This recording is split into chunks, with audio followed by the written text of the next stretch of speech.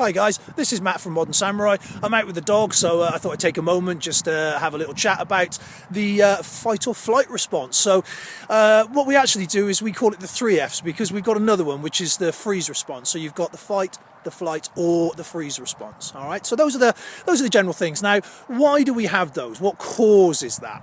Right, so basically, firstly, we've got to look at what we are. Well, we're animals, aren't we? Realistically, we may be dressed in people suits, but we're still animals. So when we look at that, we have to ask the question, where are we on the food chain? So if you ask that, quite a few people would say, well, we're sort of at the top, aren't we? We're apex, yeah?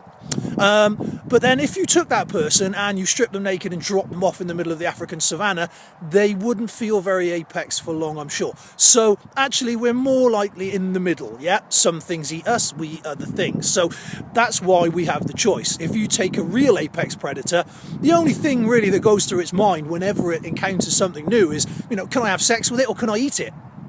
And so it hasn't got the ability to run away. It doesn't choose to run away because, well, it fears nothing, basically. Then, of course, you've got the other end of the spectrum, which is your flight animals, and all they really know is to leg it.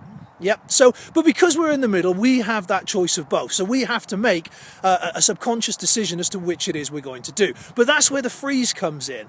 Yep. Now, when we're talking about an adrenaline dump and adrenaline overload, we have to realise that, adrenaline is there to actually help us and turbocharge us. It does a number of things. It makes us stronger. It makes us feel pain less. So it can be a really good thing. And again, when we're looking at that, we have to understand that, fear itself isn't negative. People always seem to assume that fear is a negative thing, but it's not. Yeah, it's there to help us. It's there to stop us doing stupid things. Okay, and also bear in mind, guys, we pay good money for fear. Yeah, so we go to horror movies, we go on roller coasters, we drive fast. Yeah, all of these things are designed to give us that little tingle, to give us that little adrenaline rush, to make us feel alive. So we pay good money for that. So when we're looking at that, we have to understand that it isn't necessarily a negative thing. But we also need to understand that before we can look at anything physical, because it's really important that we understand the pre-fight, because most people assume that a fight starts when the first punch is thrown. Generally speaking, the fight starts long before that. And if we can manage that arena, if we can manage that situation, then that stands us in a much better chance of not even having to be physical in the first place.